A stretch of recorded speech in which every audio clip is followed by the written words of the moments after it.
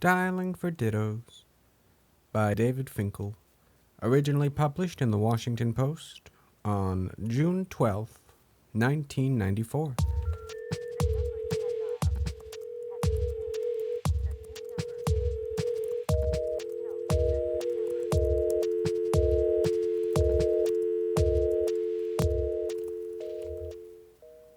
He is the Ditto Head. Not a Ditto Head, but the Ditto Head. The one against whom all other Ditto Heads must be measured, especially after this particular day is over. The Ditto Head. The term is meant to be flattering, shorthand for someone who agrees with the opinions and philosophies of Rush Limbaugh, and that, to the core, is John Cavallo. 46, white, male, husband, father, Catholic, and aerospace engineer, who, at the moment, is looking over an article titled 35 New Undeniable Truths in a publication called The Limbaugh Letter. Truth number 8. The most beautiful thing about a tree, Limbaugh has written, is what you do with it after you cut it down.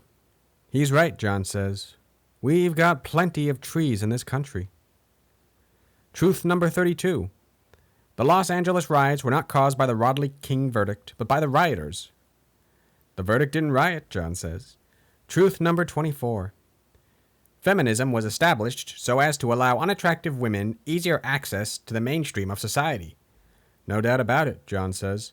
Truth number 3. No nation has ever taxed itself into prosperity. Number 4. Evidence refutes liberalism. Number 15. If you commit a crime, you are guilty. I can't say I really disagree with any of them, John says, finishing reading the list. At some point in the future, I'm going to have to go through Limbaugh's 35 lists. He seems to have 2 or 3 of them, and really get into the meat of their absurdity. But the first thing I really need to point out is, some of the implications of these. Well, first I'm just going to point out evidence refutes liberalism. Okay, that's probably a joke. I mean, Limbaugh, he did seem to have something of a sense of humor. I'll give him credit where credit's due. He was a talented guy and he could take a joke. However, the one that really, I'm going to say concerns me, was Truth 24.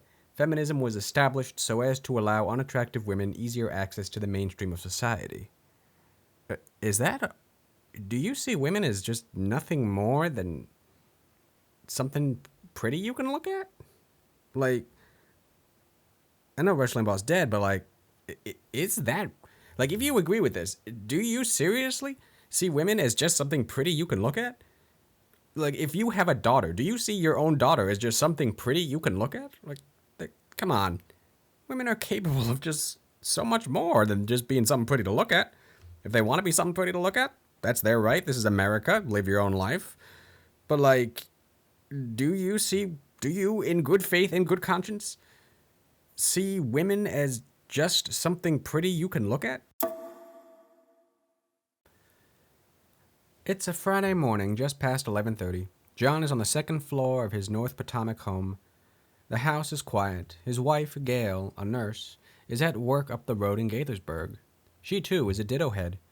Their 9-year-old son, Stephen, a 4th grader, is at St. Mary's, a Catholic school in Rockville. He is a Ditto Head as well. Only John is home. Earlier, he was at work making his way down a hall at Fairchild Space and Defense Corporation in Germantown when his boss noted that he was limping. The gout, John explained. Go home, his boss suggested, and John did exactly that, happy in spite of his gout, because he has come home with a plan.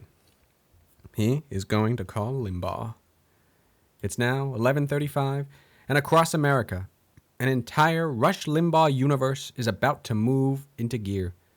A universe of 642 radio stations, millions of listeners, thousands of callers, hundreds of faxers, Rush books, Rush videos, Rush merchandise, even restaurants with special Rush rooms, including one in Gaithersburg called the Golden Bull Grand Cafe, which offers selections such as the Ditto Burger and the Hillary Crab Dip. Occasionally, John goes there for lunch, but not this day. This day, he wants to be near his computer and modem, which he has set up to dial the number for the radio show continuously. Now, it is 11:36, half an hour before the radio show begins, and the computer dials for the first time. Busy. Automatically, it dials again. Busy. It dials again. Certainly, there are other things John could be doing. There is the matter of Stephen. He has allergies. The house, like any house, gets dusty, and John needs to change the filter in the attic. There's also the matter of Gail. Instead of working, she would rather be at home, at least in the afternoon, so Stephen wouldn't have to go to John's parents' house every day after school. But there is the further matter of John's job, a job in a shrinking profession, a profession of those either laid off or worried about being laid off, which is why Gail has to keep working. Just this morning, as John was limping down the hall, he heard that 3 more of his colleagues had gotten their notices, and the week before it had been one of his closest friends, an engineer named Bill, who had worked at Fairchild nearly 30 years. John that day took Bill to lunch at the Golden Bull, where they commiserated over a cheese-covered chicken sandwich called the nation's capital. Bill said he had plenty of things to do, don't worry about him, and looked at John, who momentarily had nothing to say. What could he say, actually? For the time being, he's busy finishing a report on a project he was part of, but once the report is done, nothing else is waiting. In John's 13 years with Fairchild, there's always been something else waiting. Now he figures he has 3, maybe 4 weeks of work left. He needs to find another project. He could be working on that. But after a couple years of listening to Limbaugh for at least a few minutes nearly every day, and watching Limbaugh's TV show nearly every night, and now with an afternoon off, what John wants more than anything else is to call Limbaugh and talk to him. He's not sure what exactly he wants to say. Maybe something about taxes. Limbaugh likes to talk about taxes. But he wants to get through.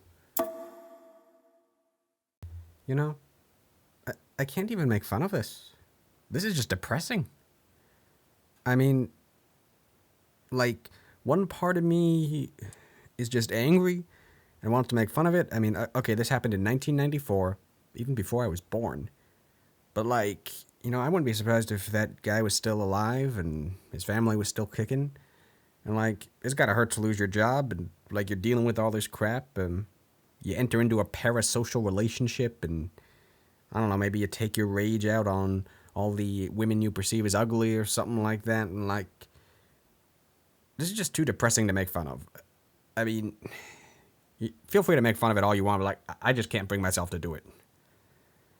Then again, there are some things I'll gladly make fun of. In fact, let me do my Rush Limbaugh impression. Okay. Ladies and gentlemen, you really should know that drugs are a personal moral failing, and the liberals, they're like, oh, it's an addiction, you can't help yourself. Hang on, just gotta pop a few more pills. Okay, it's okay when I take the pills and get fucking high, but anyone else who does it, they're moral failures, okay? Yeah.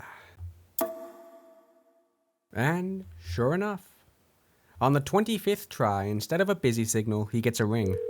Son of a gun, he says, surprised at how easy this was, grabbing a phone hooked up to the computer ready to talk. The phone rings twice, 3 times, 4, and then he hears a voice, a woman's voice. But before he can say anything, he realizes it's a recording. Your party is not answering, the voice says. Please try your call later. We're sorry, but your call will now be disconnected. Back to redialing. We're going to get through, John says. Now it's past noon, and from the radio comes the first gust of Limbaugh. Greetings to you, conversationalists all across the fruited plain. Time to get started with yet another excursion into broadcast excellence, and so shall it be. The show has begun. The Limbaugh universe is open. In 3 hours it will close. Already the computer has dialed nearly 100 times. It tries again. Busy. Again. Busy. Amazing, John says. He decides to get a second phone going on a separate line. He starts dialing that one himself, pushing the redial button again and again, while the computer keeps dialing the other. Busy. Unbelievable. The Ditto head, though, isn't one to give up. According to a survey done last year for U.S. News and World Report by the Washington research firm of Melman Lazarus Lake, the hundreds of thousands or perhaps millions of Ditto heads in America fall into 2 main categories: alienated, unemployed younger men who voted for Perot, and upper-income married conservative Republicans who voted for Bush. In every way, the Ditto head is of the second type. He is indeed conservative. We've got to really get off being so liberal and come back to the center, he says. We're letting the minorities, and I don't mean blacks and whites, but minority groups like gays, lesbians, and radical feminists, tell us how to run our lives. He is indeed Republican. The Democratic Party at one point stood for all the things I believe in, he says, but they've gotten so far to the left, so extreme, they've gotten away from their roots, the roots of middle America, that if you work hard enough, you'll be successful, that a good day's work is where the good days pay. As for marriage, his is going on 13 years, and although he balks at being described as upper income, a tour of his house suggests that, so far, as he puts it, he and Gail have been very fortunate. I really can't get over just how recurring some of these things are. Like, anyone who's listened to my two-part Texas series might recall that one guy who used to be a Democrat, and he's like, oh, they moved too far to the left because they're run by a bunch of radical New York Jews. And now we got this guy who's talking about how, the Democrats used to stand for me, I used to believe in them, and they're just so far to the left, we gotta go back to the middle. And heck, even today, you'll find people who will just try that line like, oh, yeah, I used to be, a liberal, but then the Democrats, they just got so far radical left. And of course, there's the need to feel aggrieved and victimized by the gays. And keep in mind, this was 1994. 1994. All right, people today will be like, oh, yeah, I did support gay rights, but then the gays just got so in my face. Like, this dude is in 1994. And he's never claiming to have once supported gay rights, but he's talking about how, we the straights are being pushed around by the gays. I fucking vey. It never fucking changes. It's this need to feel aggrieved and victimized by some sort of, marginalized group or something. This need to feel perpetually aggrieved. And I just can't get over the fact this was 1994. Okay, I wasn't alive in 1994, but I would bet good money that anyone who's listening who was around during that time could be pretty clear about just how, let's just say, unpopular it was to be gay for the most part. But not for John. No. He's the one being pushed around by the gays. Yep. He feels it in his heart. He knows it to be true. They must be taking their the few rights they have at this point, they must be taking them from him. I fucking vey. The Cavallo's house is a roomy 4-bedroom, 2.5 bathroom, brick front colonial that sits on a 1/4 acre of flat land. The driveway is long enough and wide enough to hold their van, their minivan, and their pickup truck, all of which have phones. Their kitchen has every imaginable appliance. Their downstairs bath has lights that come on with a wave of a hand. Their shed out back is big enough to contain 2 rototillers, a gas grill, a weed whacker, a lawn spreader, and an electric nativity set. The mower, a rider, is in their garage. The Nordic track is in their basement. Their bedroom has spotless early American furniture and a cross that hangs on the wall above their bed. And then there is their den. More early American furniture, wood paneling, lacy curtains, records, including Bob Dylan's greatest hits and Feelin' Groovy by Terry Baxter, his orchestra and chorus. CDs, including Gershwin and Disney. Books, including both of Limbaugh's, one of which is a special gift edition with gilt-edged pages, a surround sound stereo, 5 remote controls, and a new 35-inch TV hooked up to a satellite dish out back. This is the room where John, Gail, and Stephen gather almost every weeknight at 9 o'clock to watch Limbaugh's TV show, plucking it off the satellite as it's being transmitted to TV stations across the United States for later airing. Because of the satellite dish, which is anchored between the storage shed and a baby pine, they get to see it first.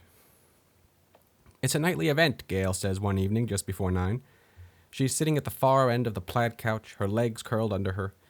John is in the matching plaid recliner, and Stephen, who has the remote, is on his feet, pacing back and forth and pressing a button to move the backyard satellite dish into position. The satellite, he says, is called T2. No, T1, John says. That's right, T1, Stephen says. Telstar 1. Telstar 401, says John.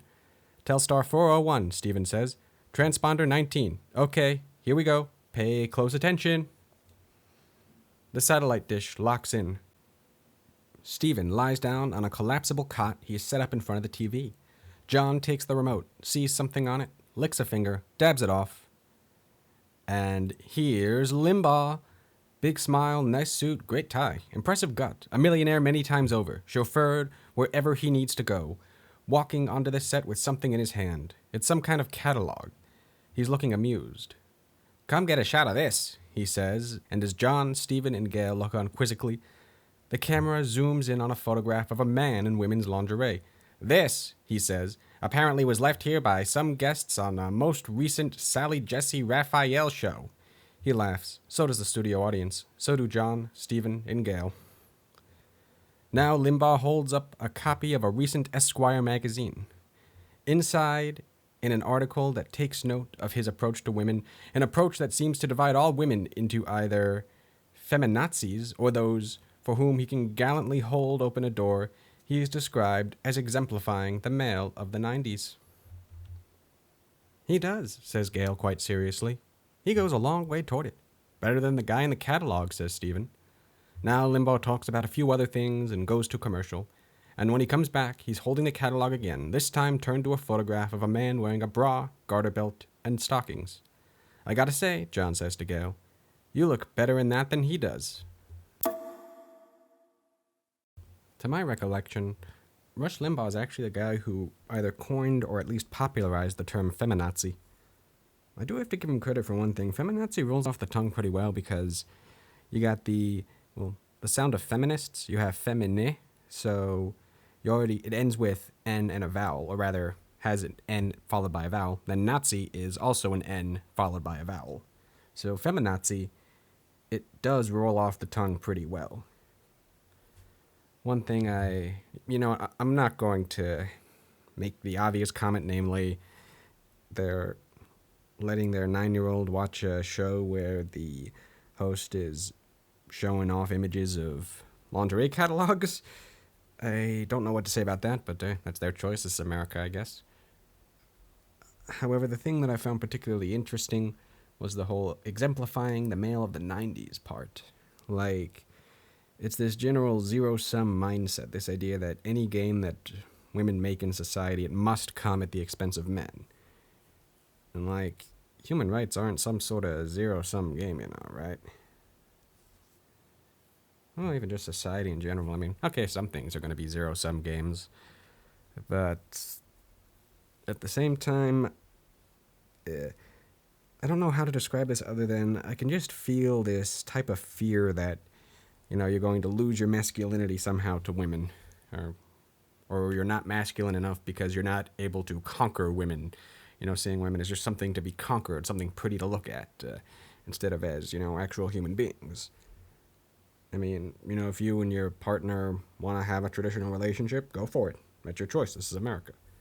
But this idea that, women are able to live their own lives the way they choose, that really irks a lot of people for some reason. And so go most nights at the Cavallo Den.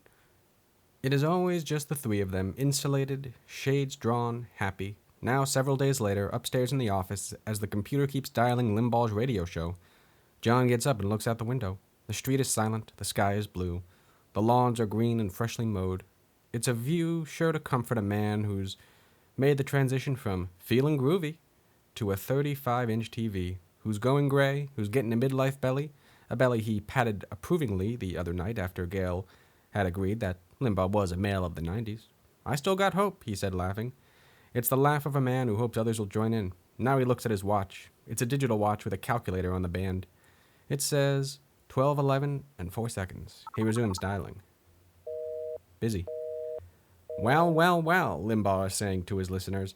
This is tough for me because, I don't like to be the harbinger of negativism. Busy. I like to try to go about this job every day as the essence of good cheer. Busy.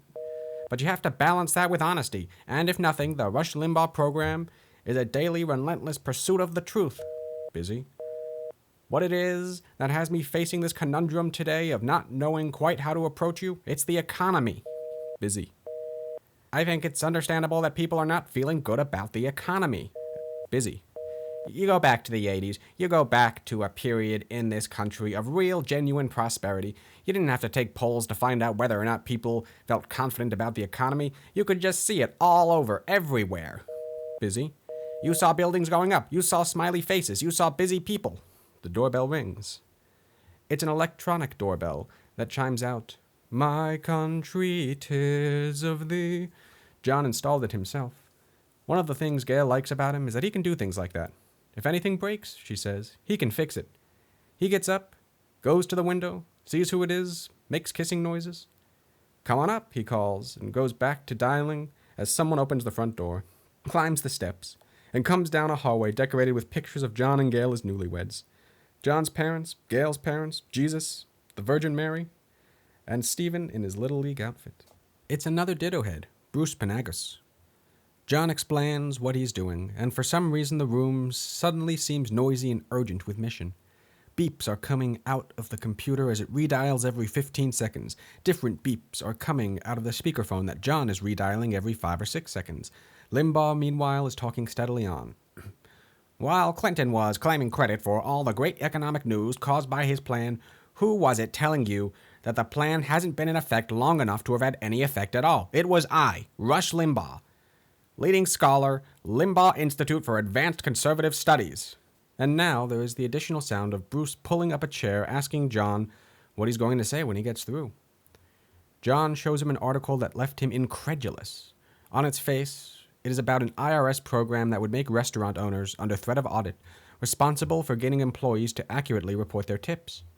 But to John's way of thinking, it is about much more than that. It is about the big, nosy, obnoxious, flatulent, ever-expanding institution of government. And that, he is thinking, is what he wants to bring up with Limbaugh. Bruce looks at the article, but only for a moment. He's familiar with it. It appeared in a magazine he owns, a Gaithersburg-based trade publication, which is how he and John met. He hired John, who has a consulting business on the side, to install the magazine's computer system, and since then, what began as business has turned into a friendship. "There's not much we disagree with," Bruce says.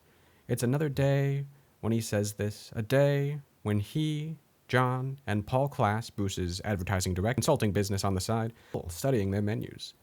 It is Bruce's and Paul's first time in a Rush room. They may be Ditto heads, but they aren't the Ditto head. "I'm getting a tipper tuna melt," John says. "I won't ask," says Paul.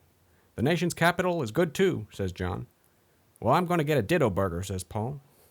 The Rush room is a dozen tables, a horseshoe-shaped bar, 2 TVs, and 7 speakers that are hooked up to a stereo receiver and are spaced along the perimeter of the ceiling.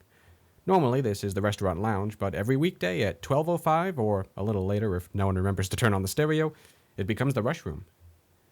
This day, there are half a dozen customers in the room, including the 3 people eating their Ditto burgers and tuna melt at a far table. All of them are white, and all of them male, all of them middle-aged, all of them born in a time when being a white male gave you an automatic leg up. All of them now uncertain about what might be coming their way next. "When I was in corporate structure, I was told to hire certain people to make quotas," Bruce is saying, talking about a time a few years ago when he was making a good deal of money as the associate publisher of a large legal publication in downtown Washington. He's also talking about why he is now making a good deal less money running a small publication in Gaithersburg. "The minute things went wrong, it was because of race. It was because I'm a white male, and I would become the victim." Just as a reminder, this is 1994. Yes, some things never change, eh? You know, one thing that I always just found interesting was the whole concept of Rush rooms. I mean, maybe these types of radio rooms were more popular when radio was the hip new technology, but it's just like, aside from the so-called Rush rooms, which, based on my admittedly rudimentary research, you could find them just kind of popping up in places all over the country, I just was never used to people specifically meeting up at a restaurant specifically to listen to a radio show. You know, one thing I just remembered, for lack of a better word, it was my red pill moment, if you can call it that. This had to have been back in, sometime between 2009 and 2012. I was visiting my grandparents in Florida, and they were subscribers to the Limbaugh newsletter. And I remember the cover of the letter. It was this little like photo manipulation depicting Rush Limbaugh on a battlefield being bombarded by, attacks with like CNN and NBC and the quote unquote mainstream media. And it says something like Rush versus the media. And I remember thinking to myself, like, wait, Rush Limbaugh, you're the most popular man in the media. And yeah, I might have been like, what, 12 or 13 or something like that. But even I knew who Rush Limbaugh was, if at least vaguely. I just knew he was a really popular radio host. And that was one of the moments when I really started thinking, like, what the heck even is the quote-unquote mainstream media? Because even if you want to say legacy media, I mean, Rush was on AM talk radio. The only way he could get more legacy is if it was a mass-printed and mass-mailed newsletter. Which, technically, he did have one of those, but I really don't understand how you can be against the media while also being, the most popular man in the media. What the hell is the mainstream media? Like, is there like a certain cutoff line when, I don't know, independent or outside the mainstream becomes part of the establishment it so hates? Like, there's got to be a cutoff point somewhere. What does that cause, he goes on. It causes a white guy to move out to the suburbs and start his own business and not hire any blacks, which is what I've done. As a practical matter, adds Paul, who's listening closely. Not out of racism. Right, Bruce says, and goes on talking. I'm sorry. What? Like, you know what? I'll take his word for it. I'll assume that maybe he is completely and 100% honest when he says he was pressured to use racial quotas in hiring, and when something went wrong, they blamed him because of the color of his skin. Like, okay, fine. Let's just assume he's being 100% correct and he's not, doing that thing where you try to make yourself look better when you retell a story. He's saying that since he was a victim, he basically just went out of his way to move to an area where there were few black folks to hire. Like when he says when the other guy said out of practicality, I presume he means that he's not hiring black folks just because there aren't very many in the area and none who have applied. But it's more like, are you saying that one bad run-in with a publishing institution basically got you to go well out of your way to go to a majority white area in the hopes of finding majority white employees? I mean, what does that imply? Aside from, I'm not even gonna, no, it implies it's pretty fucking weak-willed. That's all I'm gonna say about it.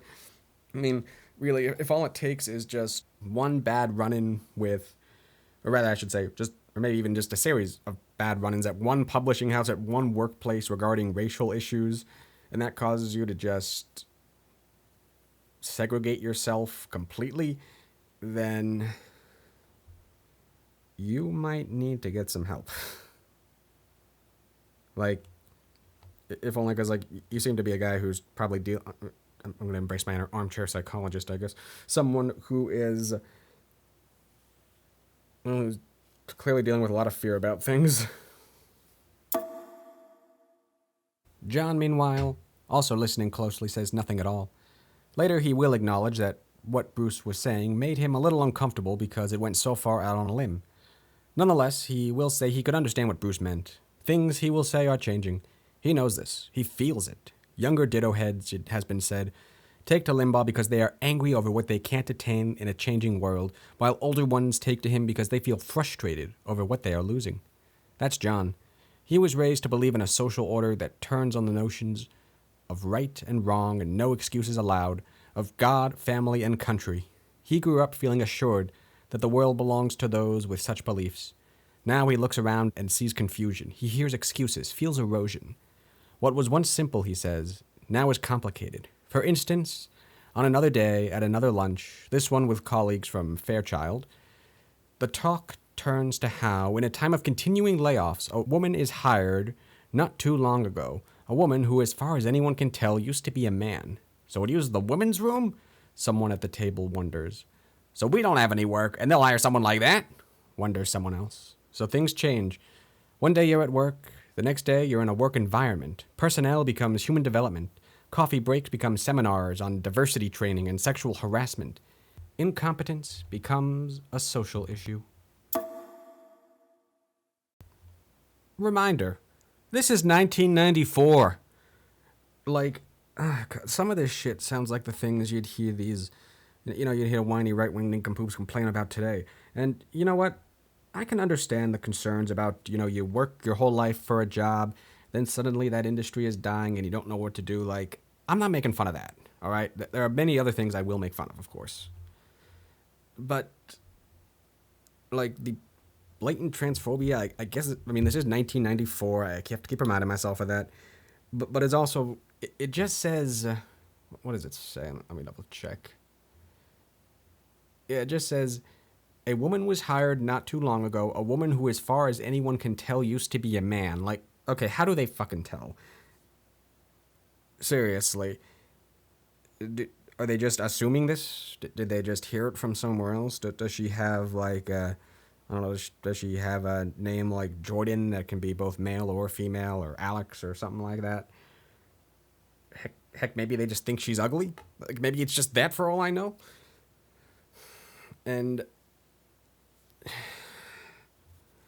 of course, presumably this is a young woman who would request a lower starting salary, which they don't even take into account as to why a boss would hire them. But no, like, specifically it says, so we don't have any work and they'll hire somebody like that. So it's basically this idea of, the work that should be mine is going to someone who's not like me, someone who's different from me. And that's what makes them fucking angry. I'll tell you, it's making me peeved too. Just gotta remind myself, 1994. This was 1994. I wasn't even alive yet. Then, let's see, personnel becomes human development. I'll be honest, this is 2022, and I've heard personnel more often than human development, but I guess that was a thing in 1994. Coffee breaks become seminars on diversity training and sexual harassment. We do tend to have both nowadays. Like, we do have those types of diversity or sexual harassment seminars at a workplace. I don't know what they were like in 1994. Incompetence becomes a social issue. I'm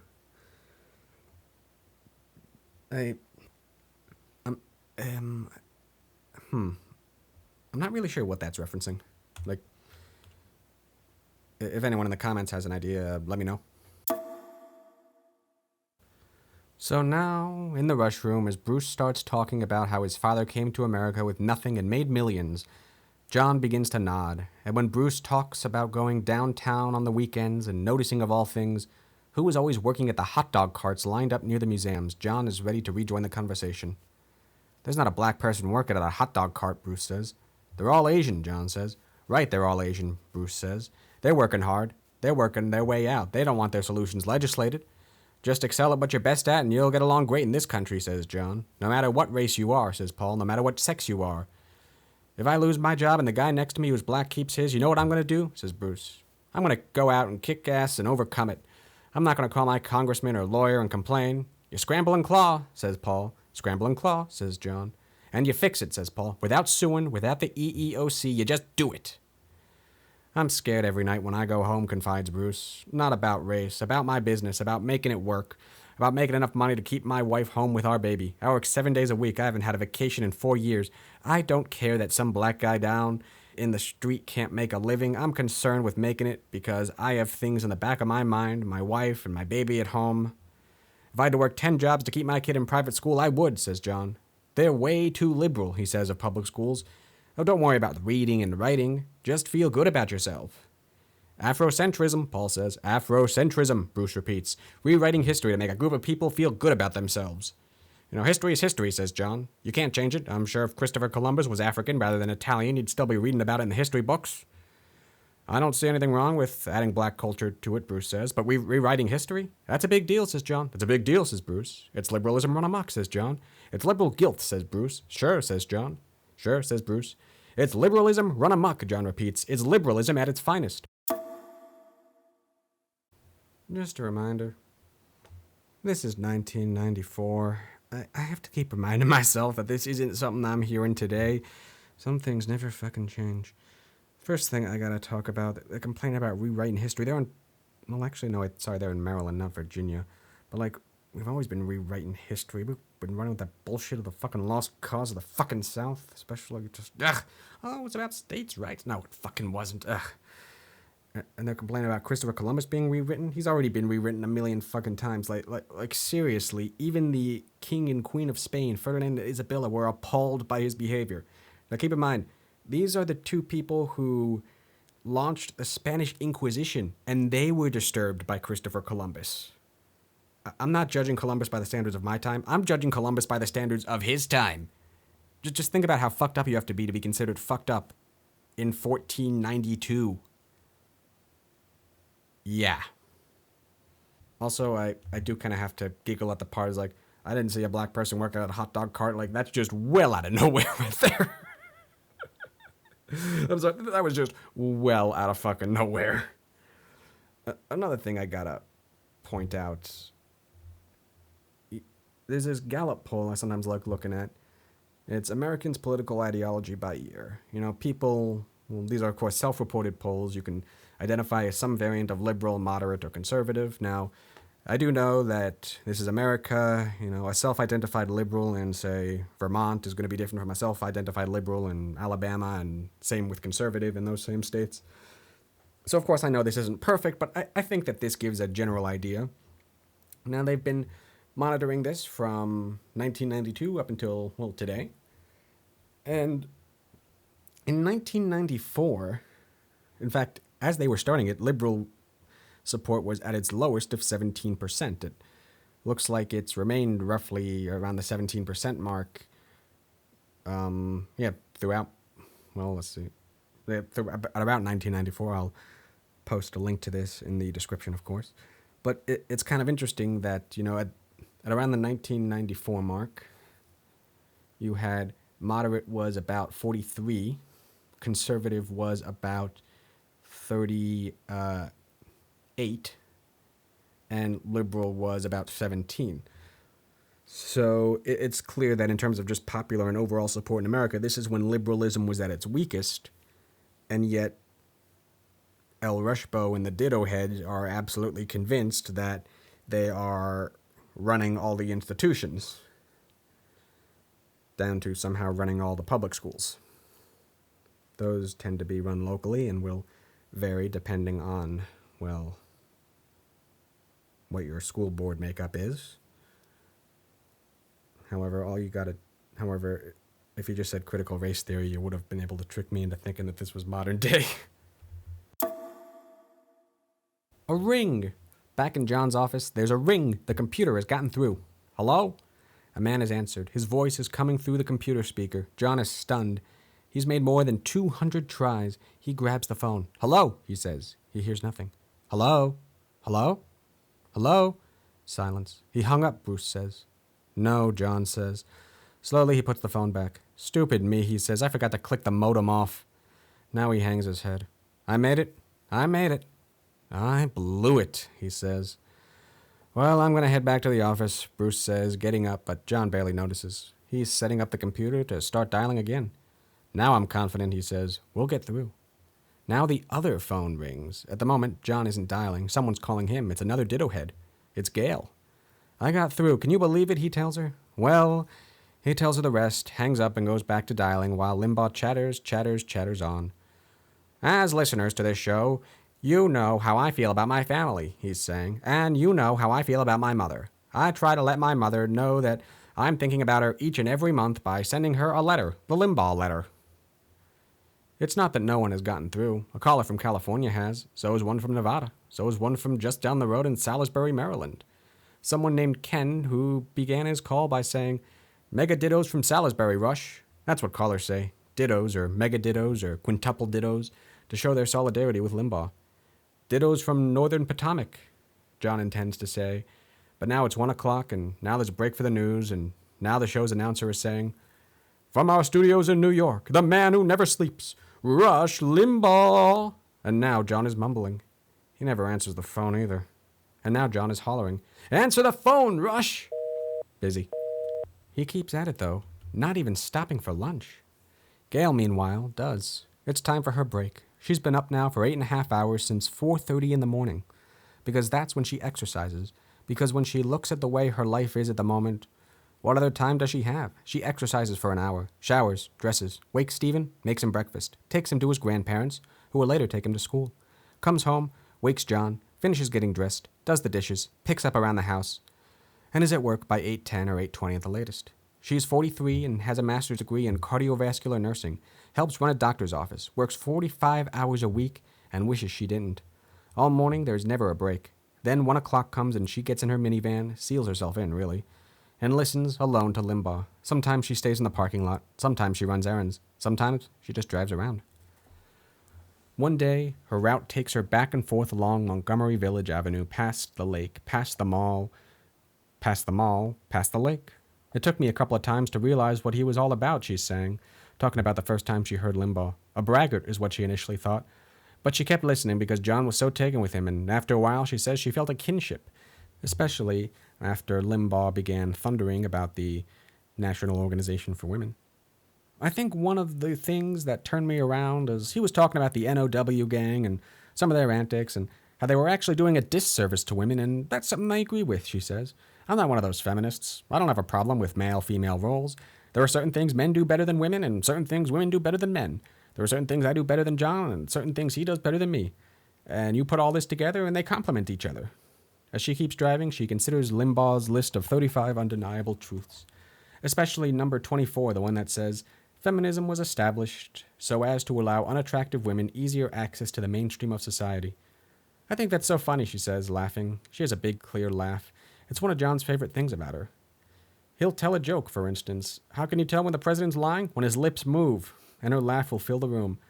That doesn't mean they're physically unattractive, she says. It could mean they're unattractive from the inside out. Let's be real here. This is Rush Limbaugh we're talking about, all right? There's no way in heck he meant unattractive from the inside out.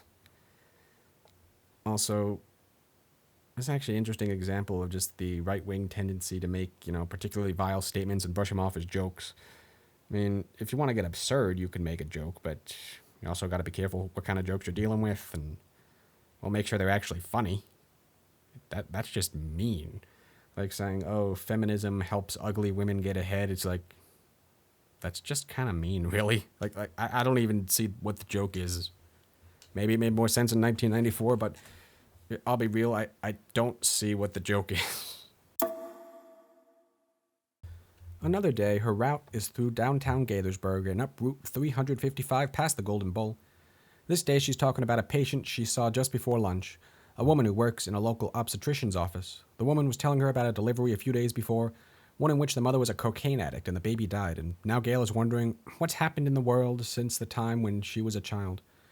When I was growing up, I remember walking to school, riding bikes to school, walking to the mall, she says. This was the 1950s when she was in Florida, long before she moved here, enrolled in graduate school. Went one weekend to a self-enrichment seminar where she met John, married him, and gave birth to a son she can't imagine allowing to walk to school or the mall.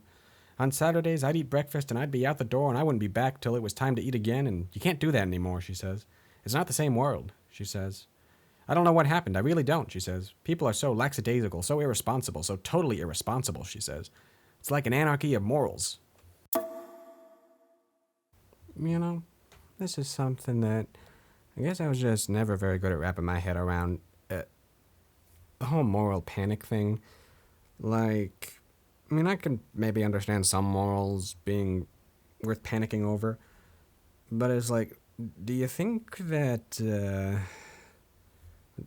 people get addicted to cocaine because they have poor moral compasses? Drugs are a pretty complicated issue. I'll admit they really aren't my area of expertise, but it's far more than just an anarchy of morals. Far more than just, the common masses, the lower classes, just not being kept in line enough.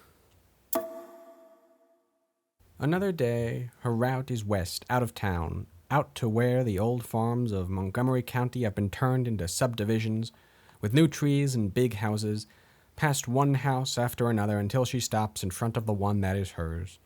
When she walks in, the first thing she hears is Limbaugh on the stereo. John is home. He's in the kitchen, going through the mail, and when he sees her, he holds up a magazine. "Just came," he announces. It's the American Spectator, which has another accusatory cover story about Bill Clinton. Gail looks at it for a moment, then she looks at the electric bill, then she looks around the house. The carpet is fresh vacuum lines, the pictures hang straight. As always, it looks clean, smells new. She sits in the den with John for just a few minutes listening to Limbaugh, and then she looks at her watch. "I'm going to have to run," she says, and kisses John, gets in the minivan, and heads east. Back in her office, she turns off the ignition but leaves the radio on. She doesn't say anything. Maybe she's listening. Maybe she's just tired. Maybe she's thinking. There are, at the moment, any number of things to think about. There's John. Gail can't remember a time when his work seemed endless, so much so that one night when Stephen was a baby, on one of the rare evenings when John was home before midnight, she tried to hand Stephen to him so she could run out, and Stephen clung to her, crying and crying as if his father were a stranger. Now John comes home from work in the middle of the day to check the mail and doesn't have to hurry back. She says she is sure he will find a new project to work on, that it's a matter of belief, that it is a faith in God. But just that morning, John had told her that there was nothing promising in sight. I mean, he said he checked everything, she says, and his bosses have checked, and they both think they're going to be on the unemployment line soon, too. So there's that to think about. And then there's Stephen, for whom she wants to be home, just as her mother was for her and John's was for him. Like Tuesday, she says, he had a game and I couldn't get out there. And of course, in the back of her mind is the indelible image of her mother, always around, always available. John, too, wants her home. He, too, has clear memories of his mother being around, ones that go back to childhood afternoons when he came home from school. This was when he was growing up in Galloway, West Virginia, a town so small John can't remember if it had a speed limit sign. There was one made road in town, and every day the school bus would roll to a stop in front of his grandmother's house, and he'd go running inside, asking where his mother was. "She's at your house," his grandmother would say, always answering as if she had never heard the question before. He'd run down the street to his house, push open the door, and there his mother would be. He would love to have me stay home, Gail says, of what John has told her, of what she won't be doing anytime soon. He would really love it. So there's that, too, as well as her home itself, which is so much a reflection of her life. It's a nice house, she says, but it could be a nicer house. She checks the time.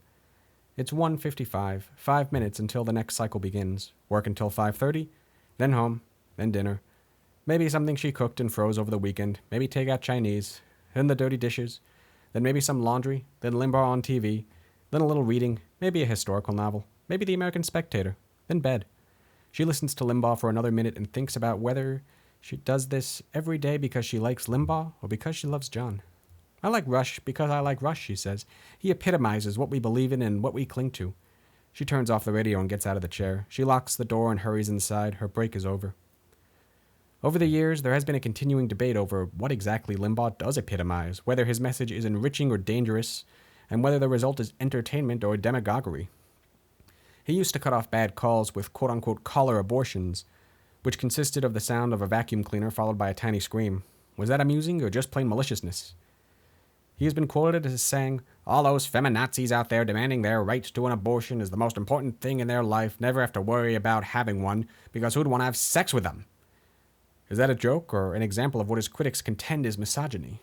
Does he simply engage in a daily, relentless pursuit of the truth? Or is he harmlessly distorting the truth? Or are there deeper, more hateful distortions going on? Does he truly care about his political message? Or is he just someone whose talent is to get rich by tapping into people's fears? Is he a homophobe, as his critics suggest? An anti-Semite? A racist? No, no, no, Limbaugh says. But as his success grows, so does the debate. And now, as his radio show continues and John keeps dialing, Limbaugh starts attacking a proposal that would allow death row inmates to challenge their sentences as racially biased, which was raised in Congress 2 days before. "We're more concerned in this country about what whites may be doing to blacks than what's happening to blacks," he's saying. "We're more concerned about what whites are doing, and believe me, it's not useful. But because of the way liberals have defined racism and non-racism and enlightenment and compassion, we are trapped in this lack of sense of proportion." Is this the truth? Something more? Something subtler? Something sinister? "Here's Archie in Vermilion, South Dakota," Limbaugh says, dropping the subject, and whatever questions might occur get lost, at least momentarily as the show moves on. John, meanwhile, is talking about what Gail has said. "I just think it would be better for Stephen. he's explaining. When he comes home, it's to his grandmom's, and that's good, but I just have a feeling that it would be better if we were home, It's not my mom's responsibility, it's ours. Mike from Pittsburgh, Limbaugh says. Hey there, Rush. Thanks for taking my call, Mike says. I got for you today a tale of two economists. Good, Limbaugh says. It was the best of economists, it was the worst of economists, Mike says. Start with the worst. Robert Reich, Secretary of Labor. Now John is talking about family values and the changing definition of what a family is. The government can try to redefine family however it wants to, but a family is the traditional family and nothing else works, he says. He lists the components of such a family: a father, a mother, one or more children, a single parent if there's a separation or a divorce or a death, a relative raising the children if both parents have died, and that's it. No room for unmarried mothers with children or unmarried fathers with children or parents who are gay. How can they instill any normal values in a child if they're warped themselves, he says. There's no sneer in the way he says this because he's simply stating what he believes. Somewhere along the line, something snapped in these people, certainly not what God intended us to do. This is something I've always wondered about because, okay, it's 1994. I gotta keep telling myself that. 1994. But, if an unmarried mother or father ends up with a kid, what are you gonna do? It's too late to just put the kid back. The kid's already here. If there's no room for them, do you want that kid to just be taken away? Like what? No, I'm being serious here. It's not like you can unhave a kid if you are an unwed parent. Likewise, the thing about just having two moms or two dads, it's like, would you tell an orphan or a kid ready to be adopted that they are not going to be adopted because they're going to have two moms or two dads rather than a mom and a dad? Would you honestly believe that a kid should, give up a chance at a family because it's not the traditional or ideal family? And heck, even so, that this isn't even the best definition of traditional family. For a long time, it was pretty common for families to be a bit more extended and close together. Heck, even my grandmother talks about how, she grew up, she grew up with her extended family around, and she says that, her mother never liked to cook very much, but she loved making dresses, and she would make dresses and clothes for all the girls in the family, and that if my grandmother wanted to get food as a kid, she had to go to, her cousins or her grandparents' house, and that was just kind of the way it was. She might spend a week just staying at her cousins or her grandparents or extended family members' house because her extended family just all kind of lived in the same area. Is that not traditional enough? Camille in Madison, Alabama, Limbaugh says. Glad you called, Camille. Hi, Camille says. How are you? Limbaugh says. Oh, I'm just great, Camille says. It's good talking to you. My son and my husband are going to be just green. What are they, Martians? Limbaugh says. No, Camille says. They're going to be green with envy. Now John is talking about how he would react if Stephen one day came home and said he was gay. I'd ask him what made him think this, he says. I'd send him out for help. Now he's thinking about whether he could ever accept such a thing. No, I couldn't. What if Stephen announced he was marrying someone of a different religion? Whatever, he says. Different race? Presuming he's old enough to make the decision? That's his problem. His choice, not his problem. What if he came home and said he was a Democrat? He can vote any way he wants. If he came home and said he wasn't a ditto head, well, that's all right, too. If he came home and said he was a liberal, that would never happen, John says. I can't predict the future, but I doubt it because he's being raised with a good sense of family values and a good sense of what it is that's made this country great. Hard work, strong family ties, and whatever you do, give it all you have. Give it the best you've got, and you'll make it. Never give up. Never give up. All through this, he keeps dialing. He's now past 300 attempts. We go to Santa Rosa, California. Next for Jana, Limbaugh says. Hello, glad you called. Hi, Rush, says Jana. I'm so glad to talk to you. I just thank you for being such a good voice for what I believe in and what so many people I know believe in. Well, thank you very much, Limbaugh says. That's one of the things about Limbaugh. He's always polite to callers who agree with him, and often polite to callers who don't. And that's why one evening, as John sits in the den with Gail and Stephen, waiting for Limbaugh's TV show to begin, he seems surprised that anyone would describe Limbaugh as a misogynist. On the contrary, John says, I think he adores women. Well, that's what I think, says Gail. He appreciates women. Or a homophobe. He's like me, John says. He doesn't condone that lifestyle, that's all. Yeah, he doesn't hate them, says Gail. Or racist. Rush? No, says John. I mean, he believes what we feel, says Gail. Why does there have to be a special dispensation for blacks? Live in the world like everyone else. Take care of yourself. Support yourself. Take responsibility. Speak well. Yeah, I'm just gonna let any implications speak for themselves. Just a reminder, 1994. The people who say that haven't listened to him long enough, says John. No, he roasts far more whites than he does blacks, says Gail. I don't think it's an issue, says John. No, it's not, says Gail. If you're wrong, says John. And if you're right, Stephen chimes in. Like people from Venus, says John, turning towards Stephen. They got 3 pointy fingers and green spots and 4 eyes and a big snout, and they're all born with... And here he launches into an old song he has sung to Stephen before. A big Panama with a purple headband. He finishes with a flourish, and Stephen laughs, and so does Gail, and so does John, and now Stephen, who owns a Ditto head sweatshirt, is saying of Limbaugh, he seems like a nice guy. And now he's saying of Clinton, he's a liar and a cheat and anything else you can think of. An idiot. A jerk. At some point, perhaps midway through the broadcast, as John nears his 400th attempt, it becomes apparent he's probably not going to get through. This shouldn't be a surprise.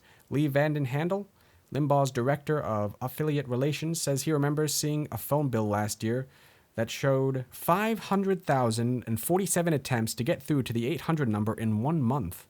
And Kit Carson, Limbaugh's chief of staff, says perhaps 12 callers a day actually get on air. Nonetheless, ever so subtly, as the show nears the 2/3 mark, the mood in John's office shifts.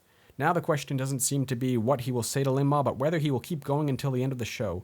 Unavoidably, perhaps, a dullness settles in. Conversation ceases. Limbaugh talks on, but John's not really listening. He's just dialing over and over, right hand, right, left, until the opening strains of My Country, 'Tis of Thee snap him back into consciousness. At the door is Joe Gannon, who lives in the big house across the street, who bounces in full of energy, who works in real estate, who describes himself as someone who would rather be called a John Bircher than a liberal, who says that the U.S. criminal justice system is in chaos because of too many, quote-unquote, so-called rights, like the Miranda Rule, who blames America's economic decay on unions, which coerced management into paying automobile workers $20 an hour to tighten bolts, which made American cars too expensive, which enabled Japan to become an economic power, and turn the United States into a pathetic mess. Okay, first off, if anyone openly admits admiration for the John Birch Society, they're probably going to be just a little bit nuts. And I don't mean like, I don't like them, but they got something right. No, I mean like someone who's basically saying, what does it say? Like he describes himself as someone who would rather be called a John Bircher than a liberal. I mean, no, actually, wait.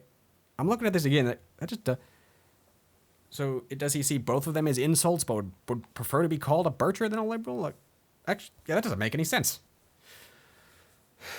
And of course, it's too many so-called rights like the Miranda Rule. The Miranda Rule originated in 1966 with the Supreme Court case of Miranda versus Arizona. 1966 to 1994, let's just do the math, beep, boop, beep, pop, and that's about 28 years. So, making sure everybody has their criminal and civil liberties, that's bad, I thought being a ditto head was all about getting the government off my back. No, yeah, I guess it is getting the government off my back, but not yours. I'll say this 1,000 times, and I'll say it 1,000 more. Everyone deserves civil rights. Like, even scoundrels and scum, even the worst people deserve civil rights. Everyone is entitled to them, and apparently just stripping people of their civil rights and locking people up en masse, that's what you gotta do, because nothing quite says small government like even more of a fucking prison industrial complex. Fucking right. And then, of course, the union part. There's actually something pretty funny about this I remember from reading my books in the past. Come with me, if you will, back to 1946. America just won World War II. We're pretty elated. Now, during the war, we had a bunch of price controls and rationing and such, and when the war ended, over the course of like 6 to 12 months, we started gradually reducing and eventually eliminating these price controls. Now, due to the results of the economic austerity during the war, people had a lot of money and saved up because the only thing they could really buy were war bonds. Like, there just weren't very many consumer goods made. If you want to buy like a 1943 Ford or Jeep or Chrysler or GM or whatever car companies were around back then, you're going to have to go to a military surplus store. So, of course, when General Motors is like, oh, great, we can finally make these, well, new civilian cars, they were thinking, okay, here's what we're going to do. We're going to raise the price on our automobiles because people can now afford them. They have extra money saved up. Now, at this point in time, General Motors was the biggest company in America, biggest in terms of the amount it was worth, and biggest in terms of the amount of people it employed. The United Automobile Workers, led by Walter Reuther, had a hard-won contract, and Walter came up and said, oh, no, don't do that. Here's the issue with that. You know, you're the biggest company in America, so everyone's going to follow your lead. And if you raise prices on your goods, then everyone else is going to say, oh, well, if they can do it, so can I. So everyone's going to then raise prices on their goods, and that's going to cause a major inflationary spiral, and we don't want that. The United Automobile Workers then said something akin to, like, thank you for your input, this doesn't concern you, stay to the shop floor. And then Reuther and the UAW said, oh, no, we want to say in managing the business, because we know that if you let us look through your books, we can demonstrate that it will be possible to make an affordable car, for the masses of people, and you don't have to raise prices. And the UAW said, no, you don't have a say in that. And Walter said, of course I'm paraphrasing or just being a bit hyperbolic here, but Walter said, oh, no, we do have a say in that because we're a collective bargaining agency and we want to bargain with you over this. This eventually led to a strike in 1946, and it's interesting because this strike was not about wages or working conditions, but it was about the right of corporate management and design, because the workers, as represented by the UAW, they wanted a say in the design of a car, in the management of the company itself, in the pricing of that car, and GM, of course, said no to this. Eventually what happened was the following year, 1947, Congress passed the Taft-Hartley Act, which limits unions to bargaining over just wages and working conditions and maybe a few other things. Well, this basically meant that the final say regarding the design and the sales and the pricing of goods produced by factories was almost exclusively at management's discretion. Now, why is this important? Well, let's just cut a bit to the future now. It is, in the 1970s, it's disco time, baby. Also cocaine. I don't know. Oh, and sadness. The 70s were not a very fun decade in many areas. A lot of explosions.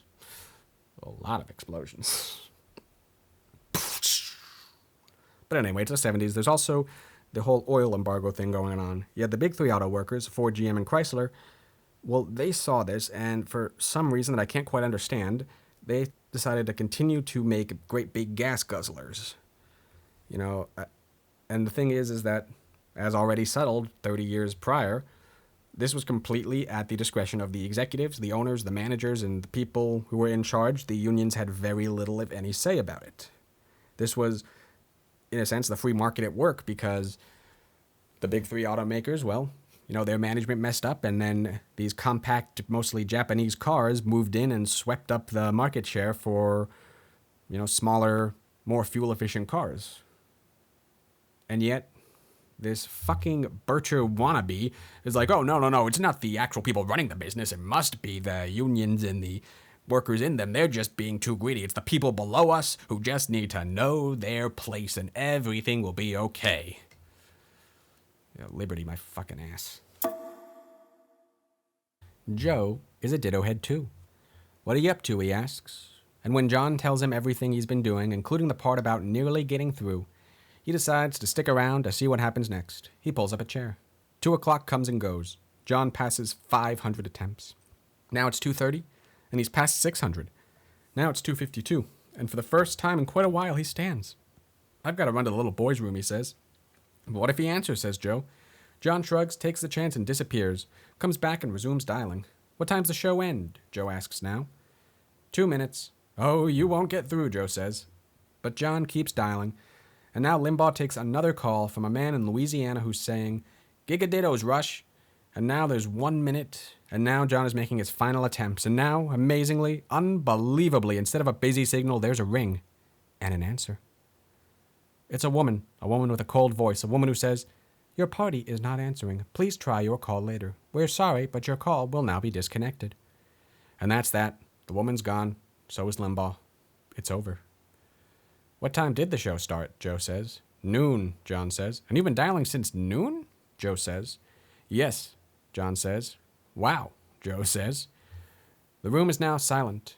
John thinks, what should he do next? What can he do next? Finally, he decides, "Let's go get a beer," he says. And so that's what he and Joe do. They go out for a beer, and there they have the conversation that John could have had with Limbaugh if he'd gotten on the air. They talk about domestic problems such as homelessness. "Most homeless people are bums," Joe says. "Most of them are," John agrees. They talk about world problems such as whether the United States should do something about Rwanda. "If they want to throw spears at each other, let 'em," Joe says. The same for Bosnia. John says, "There are no vital U.S. interests there. None. There's no oil, there's no gold, there's no chrome." Extremely disturbing implications aside, the part about this that really caught my attention was John saying that, there's no oil, there's no gold, there's no chrome in Bosnia.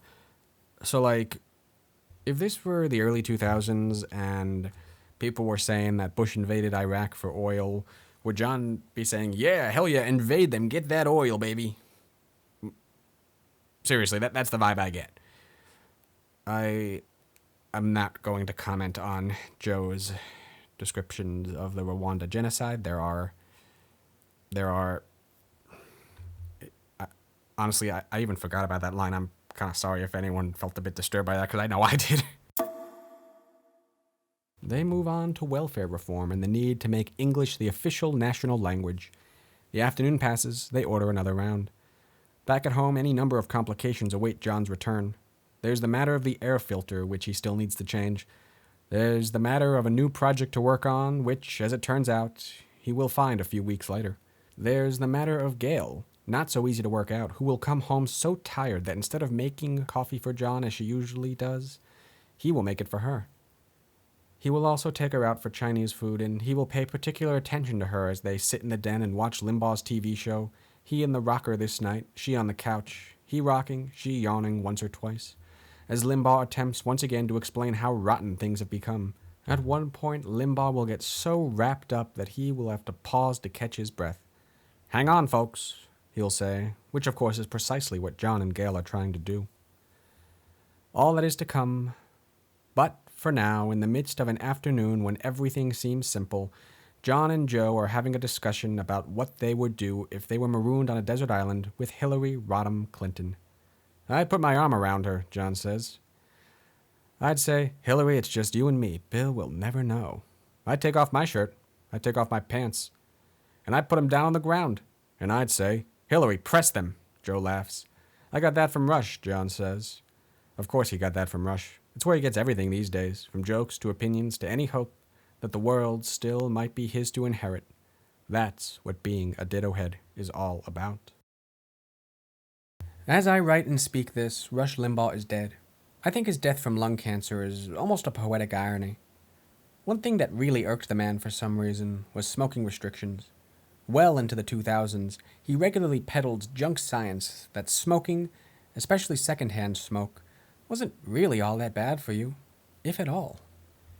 The man had a decades-long career and made millions upon millions of dollars, peddling a watered-down Tillman cycle to his followers, who swallowed it whole.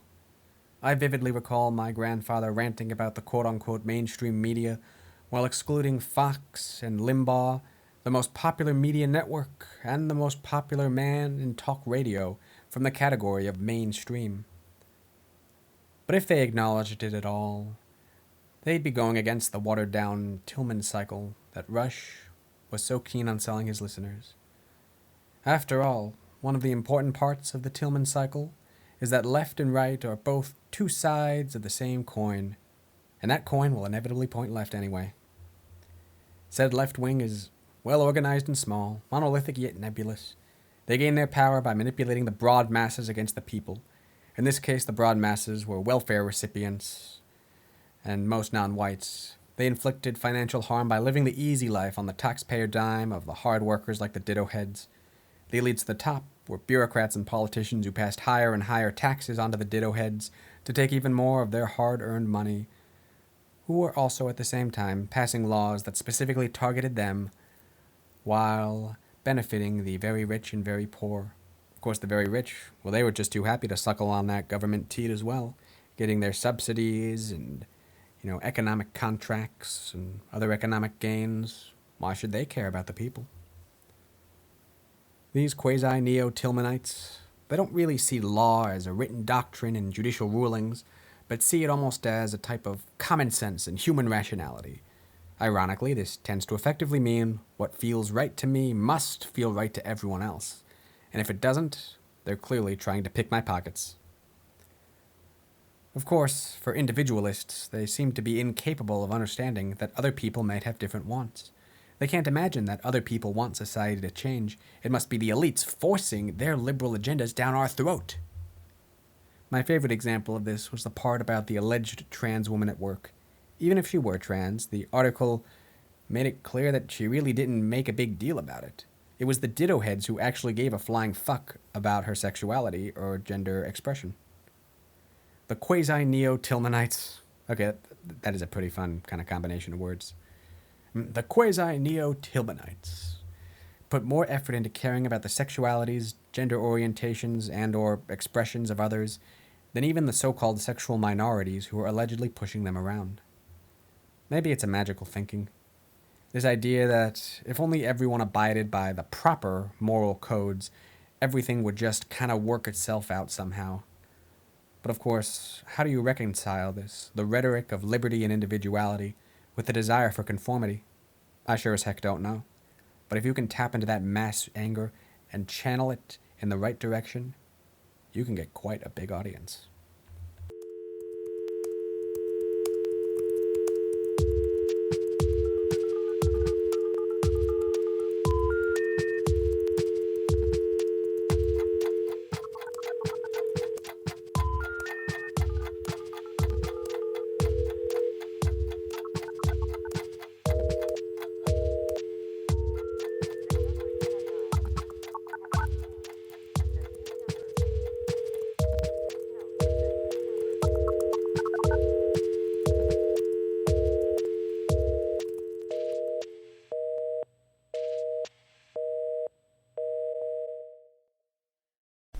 Hello, this is Fiveum, saying thank you for listening, and I sincerely hope that you enjoyed it. If you can, please like and share it around, and if you're feeling especially generous, please subscribe. I need at least 100 subscribers to change my YouTube channel's URL, and my default is long and ugly, and I really don't like it. It would be extremely helpful for me if you subscribed. But you don't have to. I'm not your boss. I'm just Fiveum. And right now, I'm signing off.